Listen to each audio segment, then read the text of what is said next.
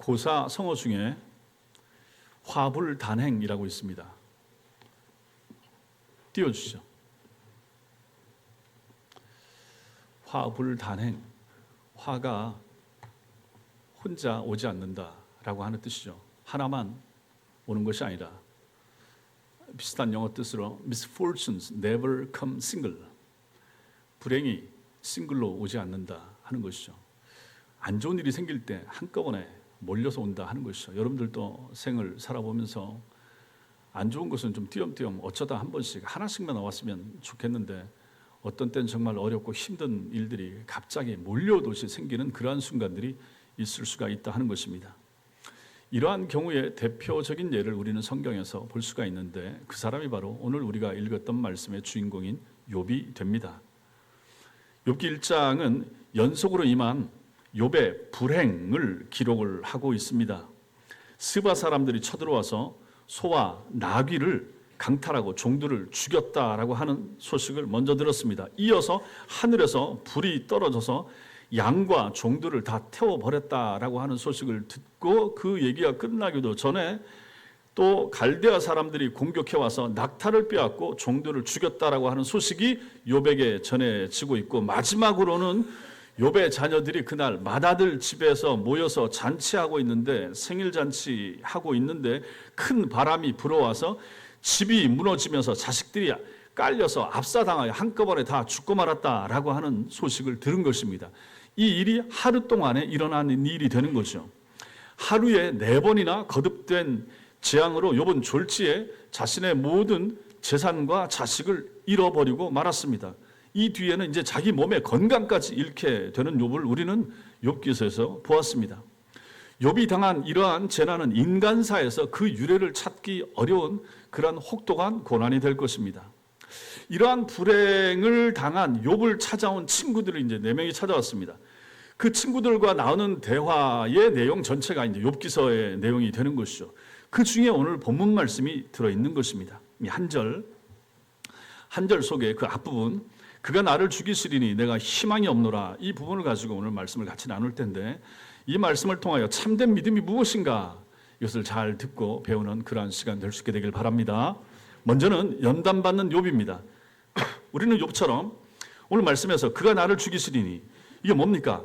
하나님께서 나를 죽이실지라도 이렇게 되는 거죠. 하나님께서 나를 죽이실지라도 이러한 표현은 우리가 직접적으로는 사용하지 않을지는 몰라도 여러분 한번 생각해 보십시오. 하나님께서 나한테 왜 이렇게 하시는 것인가? 하나님 이게 뭡니까? 왜 이렇게 하십니까? 왜 이렇게 어렵게 하십니까? 기도하는데 내가 주님 잘 믿는다고 하는데 예배생활 잘한다고 하는데 왜 이런 어려움이 갑자기 저한테? 내가 교회 잘 나가는데 아니 불신자들한테 그렇게 하시지 왜 예수 믿는 나한테 이렇게 큰 어려움 내가 감당하기 버거운 어려움을 왜 나한테 주십니까? 라고 우리가 생각했던 적이 있을 수가 있다 하는 것입니다. 이 질문의 근원에 바로 이 욥과 같은 마음이 담겨 있는 거죠. 어떤 마음입니까? 사랑의 하나님, 축복의 하나님, 나를 사랑하시고 아끼시고 세상 끝날까지 함께 하시고 복 주시겠다고 약속하신 하나님이 뭐라고 말합니까? 그가 나를 죽이시리니. 이게 뭐예요? 하나님이 나를 꼭 죽일 것 같이 달려든다는 얘기입니다. 내 상황이, 내 형편이, 환경이 나를 죽이려고 하는 것처럼 내가 하나님 믿는데 믿는 나를 하나님께서 어쩌면 이렇게까지 하실 수 있어요? 내가 죽길 바라십니까? 죽어야 되겠습니까? 라고 하는 마음이 들 정도의 환경이 우리에게 있을 수가 있다 하는 것입니다. 그런 느낌이 드는 거죠. 사실 이것처럼 여러분과 저를 힘들게 하는 것은 없습니다. 기도해도 응답이 안 와요. 깜깜해요. 어두워요. 기도하는데 상황은 더 나빠집니다. 그럼 우리는 이런 마음이 들 수가 있는 거죠. 하나님께서 내 길을 마냥 막으신다면 하나님께서 여러분과 저 우리 길을 방해하신다면 우리가 어찌 되겠습니까? 정상적인 인생을 어찌 살겠습니까? 그때 내가 할 수 있는 것이 무엇이겠습니까? 그냥 다 포기해야 되겠습니까? 내려놓아야 되겠습니까? 사실 성경은 하나님의 사람들은 누구에게나 연단이 있고 시련이 있다라고 우리에게 가르칩니다. 여러 곳에서 그걸 가르칩니다. 우리는 이때 시련이나 연단을 마귀가 우리를 넘어뜨리기 위해서 파놓은 함정과 같은 유혹하고는 구별을 할 수가 있어야 됩니다. 오늘 우리가 말씀에서 보는 욥기 1장에서 나타나는 욥이 당하는 이러한 시련은 무엇입니까? 마귀로부터 오는 것이 아니라 하나님이 허락하여서 오는 그러한 연단이 되는 거죠. 마귀가 주는 그러한 시험, 내 욕심 때문에 내가 받게 되는 그러한 시험이 아니라 하나님께서 당신의 자녀들에게 시련을 주는 것, 훈련과 더 나은 업그레이드를 위하여 주시는 그러한 차원의 시련과 연단이 되는 것입니다. 그래서 여러분과 제가 시험을 당한다고 할 때 둘을 구별할 수가 있어야 된다. 이게 마귀가 주는 시험이냐 아니면 하나님께서 나에게 특별한 내가 그 분야에 잘못이 없음에도 불구하고 내 신앙의 연단과 강화를 위하여 주는 시험인가, 이 두 가지를 구분할 수가 있어야 되는 것입니다. 하나님께서는 사랑하는 당신의 자녀들을 훈련하시고 단련하십니다. 어머니 아버지가 아이들에게 어떤 어려움이나 쉽게 말하잖아요. 길 가다가 아이가 3살짜리 2살짜리가 넘어졌다. 얼른 일으켜 줄 수도 있죠. 그러나 그 아이가 스스로 일어나도록 내버려 둘 수도 있는 거 아니겠습니까? 또 우리가 부모된 입장에서 자녀들이 어떤 어려움은 좀 저 정도는 극복했으면 좋겠다라고 하는 마음이 들 때는 아이가 그 어려움을 당할 때 그냥 내버려 두기도 합니다. 충분히 일어날 수 있을 것이기 때문에, 다 알기 때문에 하는 것이죠. 마찬가지라고 하는 것입니다. 하나님께서 우리 성도들에게도 이렇게 하시는 것이죠. 여러분과 제가 참 신자인데, 신자인 우리가 보세요. 우리가 신앙생활을 할 때 처음 예수를 딱 믿었을 때 그때부터 완전히 크고 온전한 성숙한 신앙을 갖게 되는 건 아니잖아요. 완전히 어린아기 같은 신앙을 그때 갖게 되는 거죠. 그리고 그때부터 이제 성장을 하는 것입니다. 자라가는 거예요. 언제까지 자라갑니까? 죽을 때까지. 그러니까 신앙의 성숙이 멈추는 것은 없습니다. 아이들이 우리가 자라는 것은 10대 때 자라고 20대 초반까지 자라고 끝납니다. 키가 크고 하는 것은. 그러나 신앙의 성숙은 그렇지가 않더라. 끝까지 자라야 되는 것이죠. 그 신앙이 성장하고 자라가기 위하여는 이러한 어려움과 연단과 시련이 있을 수가 있고, 그래서 하나님께서 때로 우리에게 그것을 주실 수가 있다 하는 것입니다. 이것이 하나님께서 당신의 자녀들을 연단하시는 중요한 목표 중에 하나가 되는 것입니다. 욥을 향한, 동방의 의인이라고 불리던 그 욥을 향한 하나님의 계획이 있었던 것이죠. 정말 저 정도면 되면 탁월하고 놀라운 신앙이야. 그럼에도 불구하고 하나님 보시기에는 이 욥이 좀 더 고차원적인, 좀 더 성숙한 신앙을 갖기를 소망하셨던 것이죠. 그래서 이러한 어려움이, 그렇다고 해서 하나님께서 이런 어려움을 주십니까? 라고 우리는 생각할 수 있지만 하나님 그렇게도 하시더라 하는 것입니다. 우리에게 일어나는 고난이나 어려움은 사실 모두가 이러한 목표를 이루시기 위한 하나님의 손길이라고 봐야 되는 것입니다. 여러분과 제가 잘못하여 실수하여 죄악 때문에 넘어져서 시험 당하는 것은 그건 우리가 당하는 거죠. 내 실수와 내 잘못 때문에 마귀의 장난감, 놀이개가 되어서 당하는 어려움이 있을 수가 있습니다.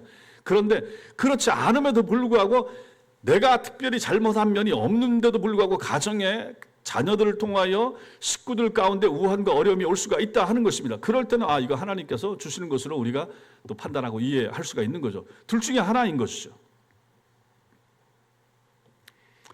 그렇다면 우리는 이러한 관점에서 여러분과 우리가 겪게 되는 고난의 문제를 풀어야 됩니다. 그럼 어떻게 풀어야 될까? 욥은 자신이 도무지 이해할 수 없는 고난을 겪고 있는 거죠. 아니 어떻게 한꺼번에 하루 만에 그 4가지 모든 재산을 다 잃어버리고 자기 자식들이 한꺼번에 다 죽는 일이 어떻게 일어날 수가 있겠습니까? 내가 하나님 앞에서 얼마나 예배생활 잘하려고 애를 쓰고 자녀들 앞에서 자녀들 데리고 예배생활, 제사생활 잘하려고 애를 썼는데도 불구하고 이런 일이 생겼다. 욥이 이해를 못하는 거죠. 재산을 모두 잃어버리고 자녀를 잃어버렸고 건강까지 잃어버리게 됐습니다. 이런 상황에 놓일 때 일반적으로 사람들이 생각하는 것은 내가 뭘 잘못했길래 이런 고난이 찾아왔을까? 이 생각을 먼저 하게 되는 것입니다. 욥도 마찬가지였습니다. 욥은 도무지 이 고난이 자기에게 온 원인을 찾지를 못했습니다. 자기는 잘했거든요. 정말 잘했습니다. 하나님이 인정할 정도로. 그래서 욥의 입술에서 그 답을 찾지 못하니까, 자기가 잘못한 걸 찾지를 못하니까 욥이 이렇게 말하는 거죠. 하나님이 나를 죽이시리니, 그가 나를 죽이시리니, 이렇게 표현하는 것입니다. 욥은 하나님께서 자신을 대적하시고 더 나아가서 나를 죽이려고 하시나 보다, 모든 거 다 빼앗아가고 자식들 다 빼앗아가고, 그럼 이제 내 건강마저 다 잃게 되고 하나님이 나를 죽이실라 하나 보다, 이렇게 느낀 것입니다. 그것 외에는 다른 어떤 것으로도 자신이 당하는 고난을 이해하거나 설명할 길이 없었기 때문입니다. 여러분과 우리도 마찬가지입니다. 우리는 생각지도 못했던 깊은 고난을 만날 때 먼저 돌아봐야 돼요. 내가 하나님 앞에서 혹시 뭘 잘못했는가? 이걸 생각해 봐야 되는 거죠. 만약에 그런 것이 생각이 안 난다 그러면 그때 이제 생각을 해야 되는 거죠. 하나님의 뜻이 무엇인가? 그래 이렇게 생각해야 되는데 그렇게 생각하지 못하는 경우가 많다 하는 것입니다. 하나님께서 나에게 왜 이렇게 하시지? 이게 뭐지? 예수 믿는데 교회 나가면 잘 된다고 하더니 기도하면 기도 응답 다 준다고 하시더니 이게 뭐지? 이런 생각을 하게 되는 거죠. 전능하시고 선하신 하나님께서 왜 나한테 이렇게 막다른 코너로 몰리게 하시지? 막다른 길에 이렇게 다다르게 하시지? 나는 왜 다른 사람들이 겪지 않아도 될 이러한 고난과 이러한 환난을 겪어야만 하는 것이지? 하고 마음에 의심이 일어나고 이것 때문에 탄식하고 힘들어하고 고통스러워하기도 하는 것이죠. 이처럼 하나님께서 나를 대적하신다라고 느낀다면 그것은 곧 하나님이 나를 마치 죽이려고 하시는 것처럼 너무 심하고 너무 어려우면 그러한 느낌 가운데 올 수가 있다라고 하는 것입니다. 우리를 대적하는 것이 마귀라면 우리는 싸울 힘을 얻을 수 있을 것입니다. 아, 이게 마귀의 시험이다. 그런 생각이 들고 정말 그렇게 보이면 이겨내려고 애를 쓰죠.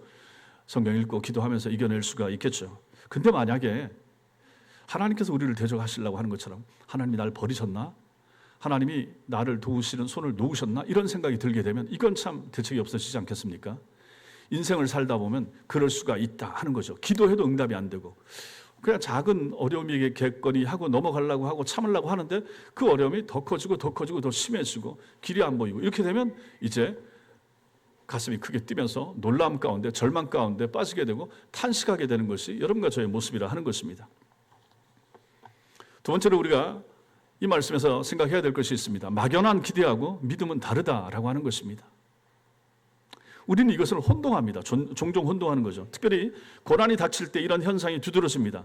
고난의 끝이 보이지 않을 때 너무 힘들고 이럴 때 우리는 막연한 기대를 하게 됩니다. 여러분과 제가 경험을 했죠. 코로나가 막 시작되고 1년차, 2년차, 3년차 이 또한 지나가리라 이러면서 지나가고 넘어가고 나아질 거야. 내년에 나아질 거야.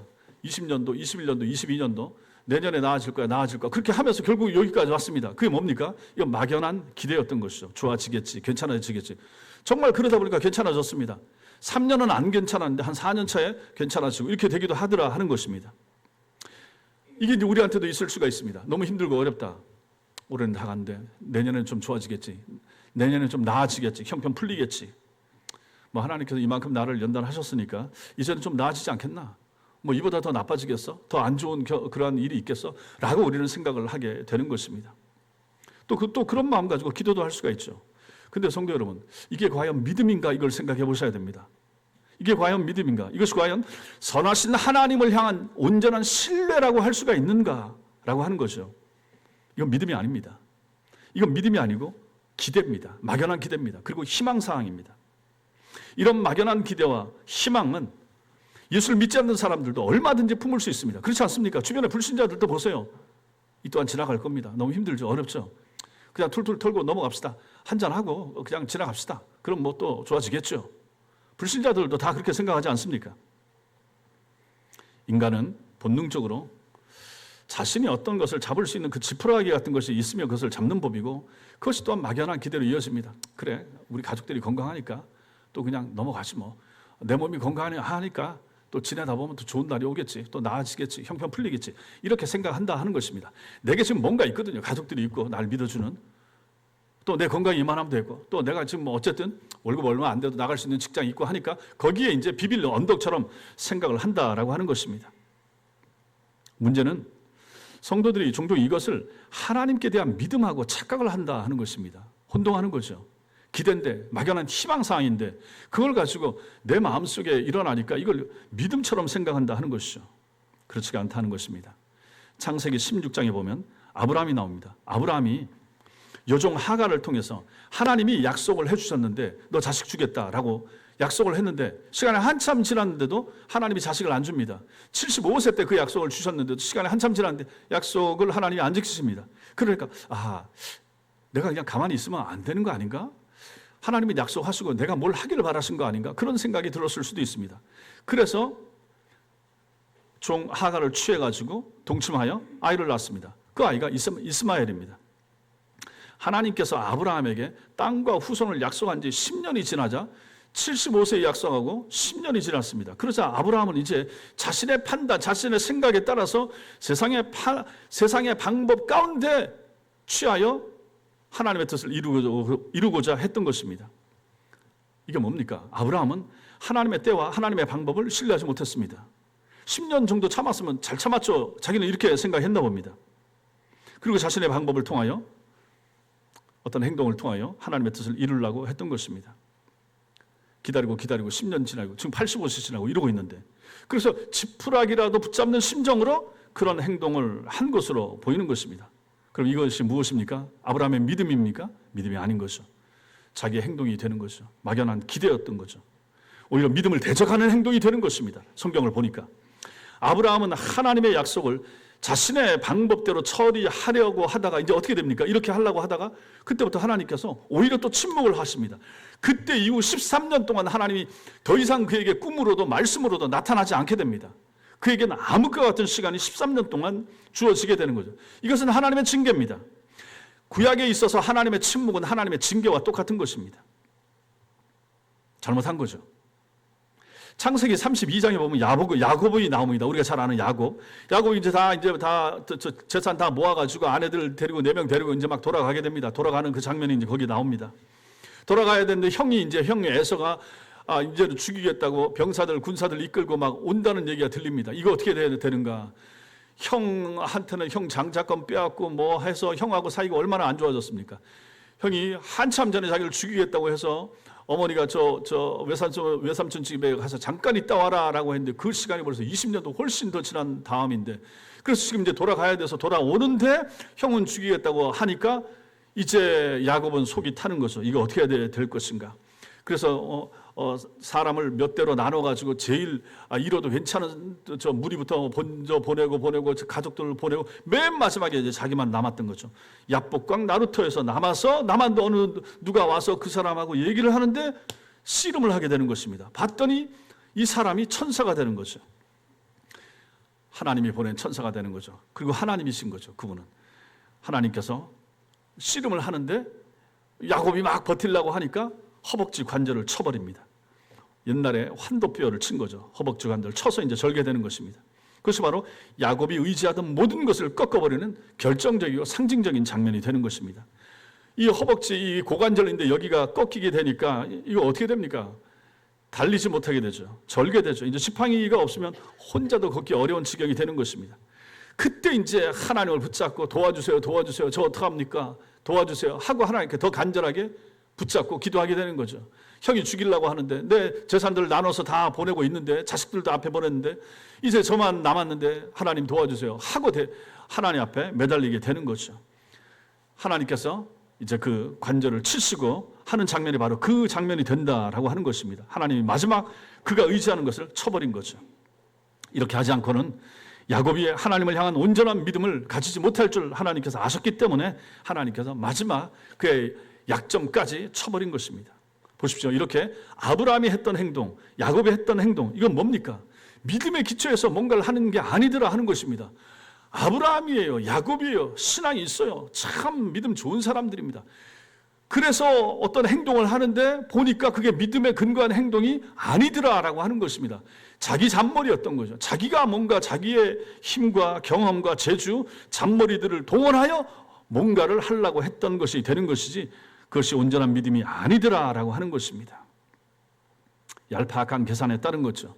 그에 따른 대가가 바로 하나님의 긴 침묵이었고 허벅지 관절이 위골되는 것이었습니다. 이것이 바로 오늘 이 말씀과 연결해 볼 때 하나님의 대적하시는 모습이 되는 것입니다. 대적하는 것처럼 보입니다. 하나님 왜 침묵하십니까? 약속하시고 10년이 지났는데 여전히 침묵하십니까? 하나님 도와주세요. 내가 이만큼 모았는데 이거 어쩌란 말입니까? 이거 잃고 싶지 않습니다. 이때 우리를 대적하시는 하나님의 모습이 이렇게 나타나는 것입니다. 여러분과 우리도 마찬가지입니다. 때때로 하나님께서 욥에게 행하셨던 것처럼 우리를 대적하시러 달려오는 것처럼 느껴질 수가 있는 것입니다. 우리가 그렇게 느끼는 게 아니라 실제로 정말 그럴 수 있습니다. 여러분과 제가 엉뚱한 길로 가고 신앙의 길이 아니고 믿음의 판단이 아니고 할 때 그래? 너 정말 그렇게 살래? 그래 볼래? 너 그거 하고 싶어? 내가 한번 막아볼게. 그쪽으로 피해? 내가 여기 또 막아볼게. 뒤로 돌아가? 여기도 막으면 너 어떻게 할래? 라고 하나님께서 우리를 코너로 몰아가시는 그러한 인생 경험이 충분히 있을 수가 있다 하는 것입니다.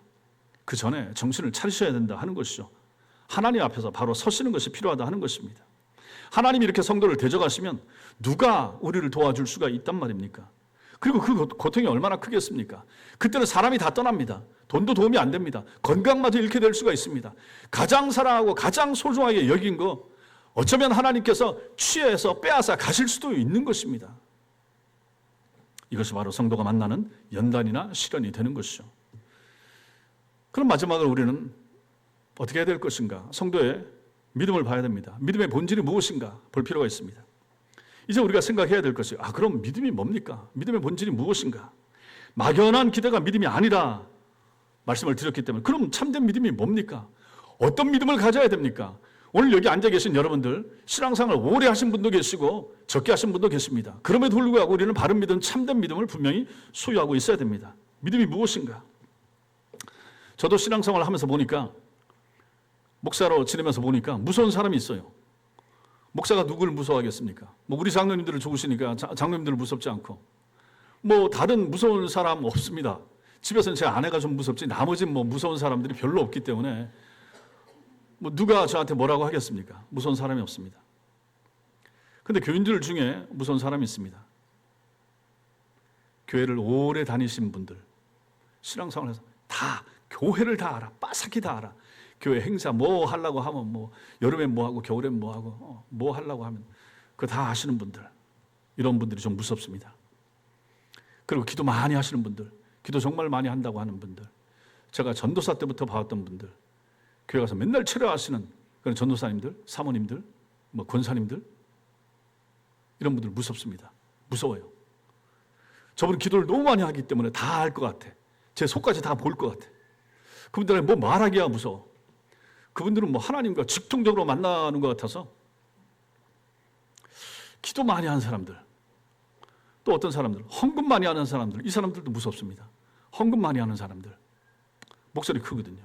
내가 이만큼 하는데 당당하고, 성경 많이 읽는 사람들, 성경 많이 아는 사람들, 성경을 몇 독을 했고 필사를 얼마나 했고, 그것이 무슨 훈장처럼 생각되는 사람들, 그렇지 않은 사람들이 많은데 제가 만난 사람들 중에는 그렇게 얘기하는 사람들이 있어. 참 어쩌면 무서울 수가 있겠다. 또 성경을 많이 안다고 얘기하는 그런 목사님들도 이 사람이 이래서 안 되고 저 목사는 저게 아니고 이 교회는 이렇게 하면 안 되고 이렇게 판단하는 사람들, 그리고 또 무서운 사람들, 은혜 크게 받은 사람들, 은혜를 정말 많이 받은 사람들, 입만 열면 예수 얘기해, 입만 열면 십자가 얘기하는 사람들, 무섭습니다. 다른 사람 얘기 안 들어. 자기 얘기만 해. 최근에도 그런 경험을 했어요. 목사들이 7, 8명 있는데 자기가 은혜 받아가지고 막 나이든 목사, 젊은 목사 상관없어. 자기가 얘기를 다 하려고 그래. 내가 만난 예수, 뜨거운 예수, 입만 열면 예수. 예의도 없고 매너도 없고 그냥 자기 얘기 하려고 그러고. 그래서 참 신앙생활 하는데 무서워지더라. 저도 마찬가지입니다. 무서운 목사가 되지 말아야지. 겸손한 목사, 착한 목사, 좋은 목사, 낮아지는 목사가 돼야 되는데, 성도들 마찬가지입니다. 신앙생활을 오래 하면 할수록, 기도를 많이 하면 할수록 어떻게 됩니까? 표가 익으면 어떻게 됩니까? 겸손해지잖아요. 다 마찬가지 아닙니까? 교회를 30년 다니고 50년 다니면 뭐해요? 겸손해야죠. 정말 뼈저리게 느낍니다. 이거 신앙생활 하면 할수록. 성경 많이 읽었습니까? 겸손해야지. 낮아져야지. 말을 적게 해야지. 아는 걸 어찌 다 말로 표현하려고 하겠습니까? 몸으로 나타내야지. 그렇지 않습니까? 그래서 그런 사람들이 무서운 거예요. 신앙생활 너무 잘한다고 하는 사람, 너무 잘 아는 사람들, 직통 계시 받았다고 하는 사람들, 신령하다고 하는 사람들, 영적인 사람들, 무서워요. 제 속까지 꿰뚫어 볼 것 같아서 무서워. 그런 분들은 또 투시 은사 받았을까 봐 무서워요. 옛날에 그런 친구를 만났었거든요. 그것이 참된 믿음인가? 그런 것이 참된 믿음인가? 어디 성경에 정말 그러한 신앙생활 오래 하고 좋은 성도들의 모습 가운데 그런 모습이 나타나든가? 바울이 그랬습니까? 아브라함에서 그런 모습 봤습니까? 다윗의 이 시편을 읽어보십시오. 그런 모습이 드러납니까? 아니더라 하는 것입니다. 그럼 참된 믿음이 뭡니까 도대체? 세 가지 정도 볼 수 있는. 첫째로 참된 믿음은 하나님의 약속에 근거한 믿음이어야 됩니다. 하나님의 약속이라고 하는 근거가 있어야 되는 거죠. 믿음과 약속은 깊이 연결이 됩니다. 우리가 선하신 하나님께 대한 믿음이 있다고 한다 그러면 이 하나님의 약속은 우리 삶에 깊은 영향을 미치게 됩니다. 이 약속이 바로 말씀입니다. 하나님께 대한 믿음이 있다면 그 사람의 상황 속에서 하나님의 약속의 말씀보다 더 큰 위로와 힘이 되는 것은 없습니다. 하나님의 말씀이 가장 큰 위로와 힘, 그게 돼야 되는 거죠.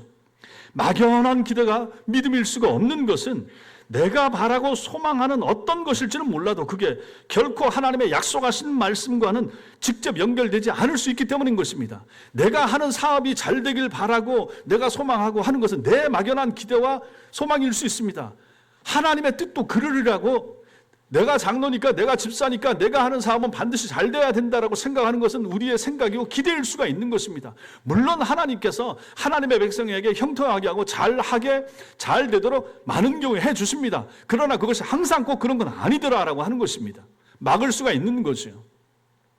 하나님의 사람들인 여러분과 제가 마음 먹고 작정하고 심지어 기도하고 어떤 일을 시도해도 하나님의 뜻이 아닐 수가 있는 일이 얼마나 많겠습니까? 내 뜻, 내 마음에서 일어났다고 해서 그게 다 하나님의 뜻과 연결이 되겠습니까? 목사가 기도 열심히 하고 간절히 기도하고 새벽기도 앉아서 무릎 꿇고 기도하고 내가 생각한 교회와 교인을 위한 판단, 결정, 그것이 꼭 하나님의 뜻이겠습니까? 여러분들이 하고자 하는 뜻보다 목사가 만약에 그렇게 한다고 하면 이거 얼마나 하나님의 뜻에 근사할 수 있는 그러한 내용이 되겠습니까? 그럼에도 불구하고 안 되는 건 안 되잖아요. 그렇게 기도하고 와서 우리 건축합시다. 그렇게 기도하고 여기 땅 삽시다. 그렇게 기도하고 선교사 파송했는데 엉뚱한 사람 보낼 수도 있고 그렇잖아요. 그러니 이거 잘 모르겠다 하는 것입니다. 그러므로 하나님의 약속에 대한 믿음이 제일 필요하고 중요한 것입니다. 우리 속에. 하나님의 약속은 때로는 우리가 바라는 것처럼 구체적이거나 명확하지 않을 수도 있습니다. 또한 하나님의 약속은 언제나 우리가 다 이해할 수 있는 방식으로 주어지지 않을 수도 있습니다. 그럼에도 불구하고 우리는 하나님의 약속을 붙잡아야 됩니다. 그 약속이 뭡니까? 성경입니다. 우리가 외우는 성경, 우리가 아는 성경, 우리가 들은 성경, 은혜 받은 성경, 너의 행사를 여호와께 맡기라. 그리하면 너의 경영이 이루어지라. 일단 이걸 붙잡는 거죠. 이 말씀을 붙잡고 나가는 거죠. 기도하는 거죠. 두려워 말라. 내가 너와 함께 하리라. 놀라지 말라. 내가 내 하나님이 된 인민이라. 그럼 이 말씀을 붙잡고 기도해야 되지 않습니까? 놀라운 일, 무서운 일이 생길 때 하나님 말씀을 붙잡아야 되는 거죠. 그때 하나님의 역사와 피할 길을 내시는 것을 체험하게 되는 거죠. 약속을 붙드시라 하는 것입니다. 너는 내게 부르짖으라. 내가 내게 응답하겠고 내가 알지 못하는 크고 비밀한 일을 내게 보이리라. 하나님의 약속의 말씀 아닙니까? 그럼 이 약속을 붙잡고 기도하는 거죠. 너는 먼저 그의 나라와 그의 의를 구하라. 그리하면 이 모든 것을 너희에게 더하시리라. 이러한 약속을 붙잡고 기도하는 거죠. 그리고 내가 정말로 내가 추구하는 것이 하나님 나라와 의를 구하는 게 맞습니까? 라고 물으시라는 것이죠. 수고하고 무거운 짐진 자들아 다 내게로 오라. 내가 너희를 쉬게 하리라. 주님 품에 오면 쉼이 있다. 이 약속을 붙드는 거죠. 기도할 때 믿고 구하는 것은 다 받으리라. 기도하는 하나님의 사람들이 이 약속을 믿고 구하는 거죠. 내가 세상 끝날까지 너희와 항상 함께 있으리라. 이 말씀을 믿고 이 약속을 붙잡고 인생을 살아가는 거죠. 험악해 보이는 길, 안 보이는 것 같은 길도 나가는 거죠. 이게 바로 약속을 붙드는 믿음이 되는 것입니다. 구체적이지 않잖아요. 뭘 준다는 거예요? 몰라요. 그럼에도 불구하고 그 약속에 근거하여 기도하고 하다 보면 내 마음에 감동을 주시고 기도의 방향도 바꿔주시고 하나님이 원하는 모습도 깨닫게 해주신다 하는 것입니다. 그러므로 하나님의 약속은 하나님의 자녀들에게는, 특별히 연단과 시련 가운데 있는 하나님의 자녀들에게는 가장 큰 위로와 힘이 된다 하는 것입니다. 성도 여러분, 성경을 붙드셔야 됩니다.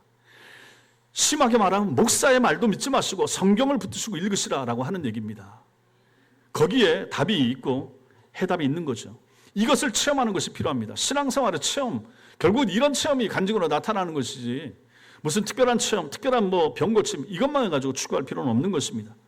이러한 말씀을 경험한 체험들이 모이고 쌓일 때 바로 견고한 믿음으로 우리 속에 쌓이게 되는 것입니다. 따라서 약속은 믿음의 최종 근거일 뿐만 아니라 주님께서 믿음을 일으켜주시는 수단, 그것이 바로 약속이고 하나님의 말씀이 되는 것입니다.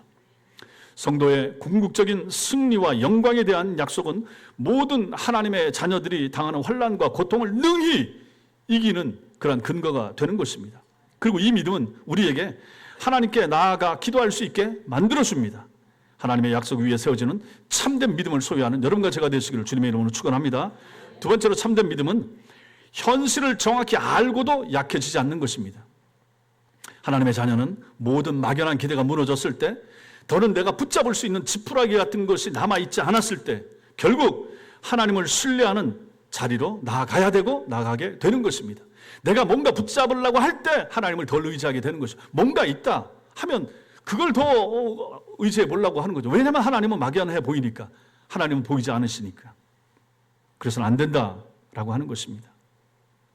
로마서 4장에서 바울은 구원 없는 믿음의 본질을 또다시 아브라함의 예를 통해서 우리에게 보여주고 있습니다. 로마서 4장 18절부터 한 절씩 같이 읽겠습니다. 시작. 아브라함이 바랄 수 없는 중에 바라고 믿었으니 이는 내 후손이 이 같으리라 하신 말씀대로 많은 민족의 조상이 되게 하려 하심이라.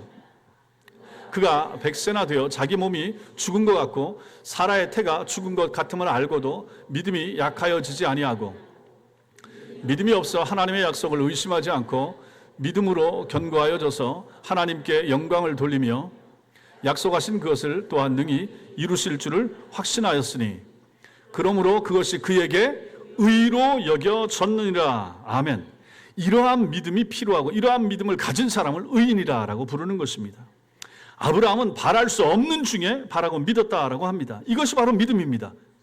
바랄 수 있는 것을 바라고 믿을 수 있는 환경이 될 때 믿는 것은 참된 믿음일 수 없습니다. 그렇잖아요. 눈에 보이는 거, 이루어질 수 있는 것을 그게 믿는 게 믿음이겠습니까? 그 불신자들도 다 하죠. 아브라함이 99세가 되었을 때, 즉 그가 하갈을 취하여 아들 이스마엘을 얻은 지 13년이 지난 후에 하나님께서 다시 그에게 나타나셔서 이제 또다시 아들을 약속해 주십니다. 이미 아브라함은 지칠 대로 지쳤고 모든 희망이 사라진 뒤입니다. 그 약속을 받은 지 24년이 지난 다음이 지금이기 때문입니다. 처음 하나님께서 땅과 자손의 약속을 주셨던 때가 벌써 24년 전인 거예요. 하지만 이제 아브라함의 나이 99세입니다. 13년 전 몸하고 또 다른 몸이 된 거죠. 자기 부인 사라의 나이가 89세입니다. 아브라함은 사라의 태가 죽었다라고 하는 것을 알았고 또 자신이 다른 첩을 취하여 아들을 낳을 수 있는 능력도 이미 사라졌다는 것을 알았다 하는 것입니다. 그런데 19절에 보니까 그가 100세나 되어 자기 몸이 죽은 것 같고 사라의 태가 죽은 것 같으면 알고도 믿음이 약하여지지 않냐고. 이 믿음은 뭡니까? 약속에 근거한 믿음, 말씀에 근거한 믿음, 너에게 자손을 후손을 주시겠다라고 하신 그 자손을 통하여 별같이 모래같이 많은 자손을 주겠다고 한 이 약속을 이제 다시 그 마음속에 믿어지게 되었다 하는 것입니다. 아브라함은 하나님의 약속이 성취되기에는 불가능한 현실을 정확히 알았습니다. 그런데 그의 믿음이 약해지지 않은 거죠. 이것이 바로 믿음의 본질입니다. 자기 몸, 아내 몸 모두 자식을 낳을 수 없는 몸이 됐습니다. 이게 현실이죠. 그런데 믿음을 붙드는 것입니다. 누가 주신 약속? 하나님이 주신 약속. 이처럼 믿음은 우리가 붙잡을 수 있는 지푸라기의 수가 아직도 얼마나 많이 남아있느냐 하는 것이 아닙니다. 선하신 하나님에 대한 신뢰, 그분의 약속에 대한 참된 믿음은 전보다 더 나빠지고 악화된 상황 속에서도 이제는 실현 가능성이 전부 없어진 환경 속에서도 비로소 그 존재를 발휘하기 시작하는 것입니다. 이러한 믿음이 필요한 것이죠. 정말 암담하고 다른 사람이 봤을 때 야, 저 집안 어떻게 사나? 힘들어서 어떻게 사나? 그럼에도 불구하고 반짝반짝 빛나는 그런 믿음, 보석 같은 믿음. 그것이 바로 하나님께서 여러분과 저에게 원하시는 믿음이 되는 것입니다. 살아가면서 어렵지 않고 힘들지 않고 고통스럽지 않고 눈물 안 나는 상황 겪은 사람이 누가 있습니까? 지금 젊은 아이들도 마찬가지고 더 어린 아이들도 마찬가지고 우리가 인생 살아왔더니 얘들 살아가면서도 아무리 세상이 좋아진다고 해도 고통은 있고 슬픔은 있고 아픔은 있고 절망은 있지 않습니까? 그것을 어찌 견딜 것인가? 어떻게 이겨낼 것인가? 우리 성경에 답이 있지 않습니까? 이렇게 해야 된다라고 하는 것이죠. 사실상 이전에도 아브라함은 믿음이 있었죠. 하나님께서는 아브라함이 하나님의 약속을 믿은 것을 그에게 의로 여기셨다라고 말씀하셨습니다. 하지만 여전히 나의 막연한 기대를 품을 수 있는 상황 속에서는 참된 믿음과 막연한 기대가 뒤섞여가지고 무엇이 참된 믿음인지 분간하기 어려울 수가 있는 것입니다. 아브라함 80몇 세쯤 믿음이 있었죠. 그런데 기대가 있었죠. 내 몸 가지고 해볼까? 하나님께서 그걸 기다리시나? 이 믿음과 막연한 기대가 혼동되고 섞이고 있더라 하는 것입니다. 그러나 고통과 고난이라고 하는 환경, 내가 붙들 수 있는 모든 희망이 사라져버리는 환경, 99세, 89세, 절망이잖아요. 다 떠나가고 이제 고관절마저 위골된 상황, 내가 할 수 있는 거 아무것도 없습니다. 나 이제 도망도 못 칩니다. 이제 이때 하나님 앞에 완전히 엎드리게 되는 것이죠. 그때 믿음은 오히려 그 존재를 완전히 드러내게 되는 것입니다. 아브라함은 믿음이 약해지지 않았을 뿐만 아니라 20절과 20절 말씀에 아까 뭐라고 했습니까? 믿음이 없어 하나님의 약속을 의심하지 않고 믿음으로 견고하여져서 하나님께 영광을 돌리며 약속하신 그것을 또한 능히 이루실 줄 확신했다. 이렇게 말합니다. 믿음은 현실의 가능성이 있어 보이는 그러한 요소들, 그러한 지푸라기들을 붙잡고 그걸 모으는 것이 아니라 하나님의 약속을 붙드는 것입니다. 믿으시기 바랍니다. 이것이 바로 기독교 신앙의 본질입니다. 그래서 성경을 읽어야 되는 거예요. 그래서 말씀을 묵상하고 봐야 되는 거예요. 이 말씀이 내 영혼에, 내 심령에 심겨질 정도로까지 봐야 되는 거죠. 그래서 어느 순간 어떤 문제, 환경이 닥쳤을 때 이 마음이 탁 튀어오르고 들었던 말씀이 생각나고 그래서 이겨낼 수 있도록 그렇게 우리가 준비를 해야 되지 않겠습니까? 내 형편이나 내 상황이나 내 환경을 보고 믿는 것이 아니라 오로지 하나님의 약속의 말씀을 붙드는 것이 믿음이 되는 것입니다. 7번까지 가라. 비가 올 것이다. 구름이 뜰 것이다. 6번 보냈는데도 안 보입니다. 7번째 보냈더니 손바닥만한 구름이 엘리야의 종이 보지 않습니까? 그럼 된 것입니다. 그때까지 우리는 가야 되는 거죠. 그러한 믿음이 여러분과 저에게 필요한 것입니다. 마지막으로 믿음의 본질은 우리의 믿음이 아니라 하나님의 믿음입니다. 이게 중요합니다. 믿음은 우리의 믿음이 아니라 나의 믿음이 아니라 하나님의 믿음이라. 오늘 우리는 하나님께서 나를 대적하신다, 욥을 대적하신다, 죽이시려고 하는 것 같다, 이런 상황에서 시작했죠. 정말 우리 삶에도 그런 순간들이 올 수가 있습니다. 욥만의 경우가 아닙니다. 아브라함도 마찬가지고 야곱도 마찬가지고 자신을 대적하는 하나님을 만난 것입니다. 대적하는 것처럼 보이기도 했지만 정말 대적하는 하나님, 죽이시려고 하는 것처럼 그러한 재앙을 계속해서 몰아서 보내시는 하나님을 만난다 하는 것입니다. 아브라함에게 약속하신 것을 주시지 않고 25년을 기다리게 하시는 하나님이 바로 그런 하나님이 되시는 것이죠. 어쩌면 그럴 수가 있는 거예요. 그 긴 25년 동안 응답을 안 주시는 하나님, 아브라함 같은 믿음의 사람에게도 이 긴 시간을 하나님이 응답을 안 줄 수 있다는 사실 여러분 생각해 보셨습니까? 하나님께서 이렇게 우리를 대적하실 때 야곱처럼 대적하시고 아브라함처럼 대적하시고 욥처럼 대적하실 때 하나님께서는 우리에게 자 이제 네 믿음으로 한번 견뎌봐라. 얼마나 견디는가 보자. 하나님께서 이렇게 말씀하시는 것입니까? 그건 아니라라고 하는 것이죠. 하나님께서는 한편으로 우리를 대적하시는 것처럼 대적하시면서 또 다른 한편으로는 우리를 위해서 싸우시고 일하시고 도우시는 하나님이시라 하는 것입니다. 다시 말하면 하나님께서는 우리가 우리를 대적하시는 하나님을 향하여 싸우도록 힘주시고 붙드시고 결국에는 이기게 하시는 하나님이시라는 사실입니다. 이게 놀라운 거죠. 이게 쉬운 말로 하면 뭐가 됩니까? 병 주시고 약 주시는 하나님이 우리가 아는 하나님입니다. 아니 그렇게 할 바에야 주지 말죠 하나님. 그렇게 고통스러운 긴 시간 25년 기다리게 하지 말고 한 5년 만에 80세 됐을 때 이삭 주고 말죠. 우리 이렇게 생각하지 않습니까? 형과의 그런 갈등 가운데 있는 야곱에도 마찬가지고 왜 이 고통 가운데 이렇게 시간 길게 질질 끌고 이 긴 시간 걸린 다음에 이렇게 이 문제 풀어주십니까? 우리 욥기서를 보면 맨 끝에 가면 욥이 그 잃었던 거 다 하나님 앞에 보상으로 받고 자식 다 낳고 그 후로도 오래 살았던 모습을 보지 않습니까? 그럼 그걸 이거 주지 말고 아예 이 아픔과 어려움을 주시지 마시죠. 우리는 이렇게 생각할 수 있습니다. 그러나 하나님은 그렇게 하시는 분이 아니시더라 하는 것입니다.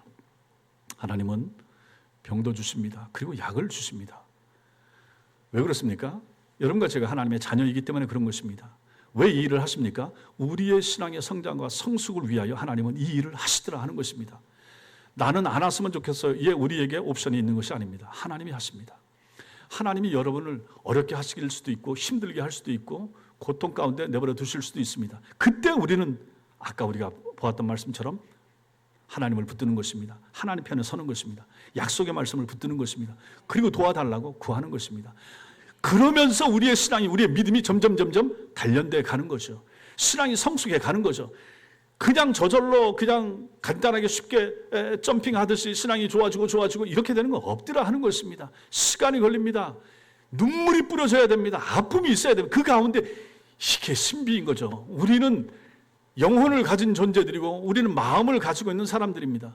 우리의 이 신앙의 이 좌소에 있는 이 마음은 그냥 신앙이 하늘에서 뚝 떨어져 들어오지 않더라 하는 것입니다. 시간이 걸리고 환난과 연단의 요소가 가미되어서 콘크리트 믹싱되어서 이것이 단단한 이것으로 만들어지게 되듯이 우리의 신앙의 성장도 하나님이 그런 식으로 일을 하시고 만드시더라 하는 것입니다. 하나님께서 하나님의 성령을 우리 속에 보내셔서 일하게 하시고 그래서 우리에게 믿음을 갖게 하시고 이런 걸 보면 하나님께서는 여러분과 제가 참 신자 아닙니까? 참 신자인 거 믿으시죠? 구원의 확신이 있으시죠? 그럼 우리는 참된 하나님의 백성입니다. 하나님의 백성에게는 성령을 주시고 성령이 우리 속에 와 계시고 성령이 함께 하십니다. 성령이 함께해도 우리는 아픕니다. 성령이 함께해도 절망 가운데 있을 수 있습니다. 성령이 계시고 하나님이 세상 끝날까지 우리와 동행하신다고 약속을 주셨어도 우리 인생 가운데 어려움은 언제나 있습니다. 우리의 자녀들의 앞날에 힘들고 어려운 순간이 있습니다. 그런데 오늘 말씀이 우리에게 보여주는 것이 무엇입니까? 하나님이 일하신다. 하나님이 성령을 통해 우리 속에 일하십니다. 우리에게 믿음 주시고 이겨낼 수 있는 힘 주시고 말씀을 들려주시고 주변의 사람들의 기도를 붙여주시고 내가 힘들고 어려울 때 교인들을 보내주시고 구역 식구들을 만나게 하시고 손잡고 기도하게 하시고 기도하는 주변의 사람들을 보내주시고 목사가 기도하게 하시고 이런 것들을 통하여 하나님께서 우리의 신앙을 성장 성숙시켜 가시더라 하는 것입니다. 이게 신앙 성숙의 비법이고 원리고 길이 되는 거예요. 한 번에 뚝 떨어지는 신앙과 믿음 없습니다. 앞에서 간증하는 사람 한 번에 된 게 아니에요. 옛날에 밑바닥부터 기고 힘들고 어렵고 다 극복하고 이기고 났을 때 고백하는데 하나님이 하셨습니다. 어려움 주신 분도 하나님, 통과하게 하시는 분도 하나님, 영광 돌리게 하시는 분도 하나님. 사람이 멍한 게 있습니까? 하나님이 하시는 것이죠. 오늘 말씀이 그것을 우리에게 보여주더라라고 하는 것입니다. 사랑하는 성도 여러분, 우리가 가진 성경, 여러분 성경 한번 보십시오. 오늘 욥기서 13장 15절, 그가 나를 죽이시리니 맨 앞에, 그가 앞에 뭐가 써 있습니까? 뭐가 있습니까? 1이 있습니까? 그럼 1, 맨 밑에 1에 뭐라고 써 있습니까?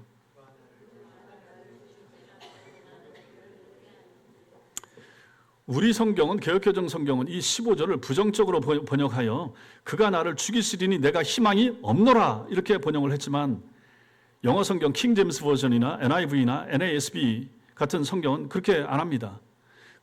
앞에 보시면 그가 나를 죽이실지라도 내가 그를 소망하리라 이렇게 번역을 하고 있는 거죠.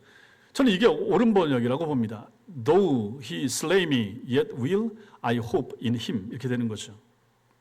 그가 나를 죽이실지라도 내가 그를 소망하리라. 우리 성경과는 정반대 번역이 되는 거죠. 욥은 지금 하나님이 자기를 죽이실지라도 하나님을 의지하겠으며 하나님께 자신의 무죄함을 변론하겠다는 의지를 드러내고 있습니다. 이것은 욥의 형편이나 상황을 초월한 믿음, 욥이 가진 믿음의 본질을 보여주고 있습니다. 여러분과 저도 우리도 가져야 할 믿음이 바로 이것입니다. 나의 상황을 보면 마치 하나님이 나를 버리신 것처럼 보이고 내 형편은 더 나빠질 가능성이 커 보일 수가 있습니다. 실패나 재난이 연속으로 우리에게 몰아닥쳐서 한숨만 나오고 눈물이 그치지 않는 순간이 올 수도 있습니다. 그때 붙들어야 할 것이 무엇입니까? 막연한 기대나 내일의 소망이 아니라 하나님의 약속의 말씀이라는 것입니다. 내가 들은 말씀, 여러분과 제가 읽은 말씀, 리딩 지저스를 통하여 읽은 말씀, 들은 말씀, 암송한 말씀, 그 말씀을 붙잡아야 되는 것입니다. 사람이 여러분과 저에게 힘이 위로가 되어주지 못합니다. 언제까지라도 마찬가지입니다. 여러분과 제가 하나님 나라 이룰 때까지 이르는 순간에도 우리가 붙잡아야 될 것은 가족의 손이 아닌 것이죠. 심지어 목사의 손도 아닙니다. 주님의 손을 붙잡아야 되고 주님의 손을 붙잡는다는 것은 주님의 말씀을 기억한다는 것입니다. 약속의 말씀을 붙잡아야 우리가 살 수가 있는 것입니다. 그리고 배우기 확실한 말씀에 거하는 삶이 여러분과 저에게 필요합니다. 그것이 바로 바른 믿음입니다. 현실을 보고서도 약해지지 않는 믿음이 여러분과 저에게 필요합니다. 그리고 우리의 믿음은 하나님이 세워가시는 믿음, 하나님이 다듬어 가시는 믿음이라는 사실을 확인할 필요가 있습니다.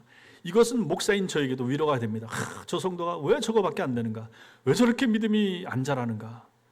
그때 저는 이 말씀을 생각하는 거죠. 하나님이 키워가신다. 하나님이 성장시키신다. 저분이 저렇게 저 정도밖에 안 됨에도 불구하고 하나님이 하실 일이지 목사가 사람을 키웁니까? 목사가 믿음을 키워나갑니까? 해보니까 아니더라라고 하는 것이죠. 철저하게 하나님이 키우신다.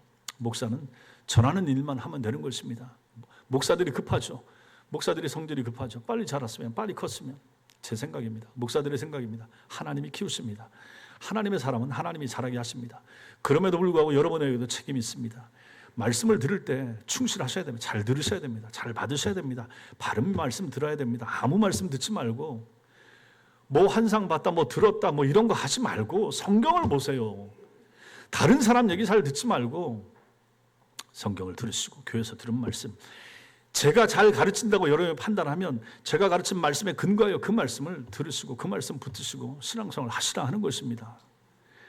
그 말씀이 나를 살려주고 우리를 책임져 주는 것이며 하나님의 말씀만이 내가 붙잡고 하나님 나라 들어갈 때까지 하나님 나라 문을 여는 키가 바로 하나님의 말씀이 된다. 약속의 말씀이 된다는 사실을 믿으시기 바랍니다. 그러므로 성도 여러분 힘내십시오. 하나님이 여러분과 저를 마치 대적하시는 것처럼 죽이려고 하시는 것처럼 보이고 죽음의 자리에 내팽개쳐진 것처럼 보인다 한다 할지라도 오늘 말씀을 생각하십시오. 내가 그를 소망하리라. 그가 나를 죽이시리니 그가 나를 죽이신다 한다 할지라도 내가 주님만 의지하리라. 나의 소망을 주님께만 두리라. 이것이 신앙입니다. 이것을 할 수 있는 사람이 신자입니다. 이것을 해내는 하나님의 사람들 다 되시기를 주님의 이름으로 축원합니다. 기도하겠습니다.